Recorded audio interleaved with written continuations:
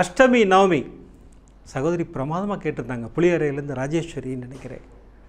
அந்த சகோதரி ஒரு அருமையான கேள்வி நல்லா இருந்தது. அஷ்டமி நவமி திதி வந்து எதற்காக இறைவன் தேர்ந்தெடுத்தாருங்கிற மாதிரி கொஸ்டின். ஆனால் அதில் ஒரு சின்ன தப்பு பண்ணிட்டாங்க. ஒரு விஷயத்தை கவனிக்கலை சகோதரி, அவ்வளோதான், வேறு ஒன்றும் இல்லை. நட்சத்திரத்தை தான் நம்ம பிறந்த நாளாக கொண்டாடுவோம், எதற்காக திதியை கொண்டாடுகிறோம் இல்லை. நீங்கள் நல்லா கவனித்து பார்த்தீங்கன்னா தெரியும் உங்களுக்கு.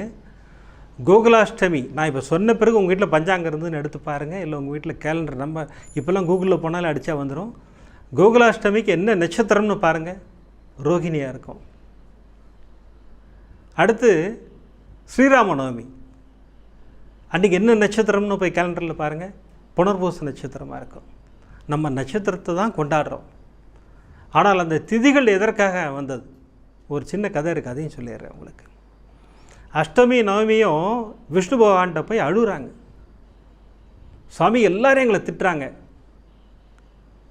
எங்களுக்கு என்ன பண்ணுறதுனே தெரியல, எங்களை கொண்டாடவே மாட்டேங்கிறாங்க, அஷ்டமியாக பயப்படுறாங்க, நவமியாக பயப்படுறாங்க, நீங்கள் ஏதாவது பண்ணுங்க. என்ன கவலையே படாதீங்க, என்னுடைய 10 அவதாரத்தில் 2 அவதாரங்கள் உங்களுடைய திதியில் நடக்கும். பிரமாதமாக விஷ்ணு வந்து அஷூரன்ஸ் கொடுக்குறார் 2 பேருக்கும். அப்படி அவர் அஷூரன்ஸ் கொடுத்த வாக்கை காப்பாற்றியது தான் அஷ்டமியில் கிருஷ்ணரும் நவமியில் ராமரும் பிறந்தார்கள். இந்த அஷ்டமி நவமிக்கு ஒரு பெருமை சேர்க்கணுன்றதுக்காகவே 2 பேரும் அந்த கிழமையில் பிறந்தார்கள். இப்போ நம்ம பிரமாதமாக அந்த நாட்களை கொண்டாடிக்கிட்டு இருக்கோம். கோகுலாஷ்டமி எவ்வளோ சிறப்பாக கொண்டாடுறோம்ல. அது மட்டும் இல்லை, ஸ்ரீராம நவமி எவ்வளோ சிறப்பாக கொண்டாடுறோம், பிரமாதமாக கொண்டாடுறோம்.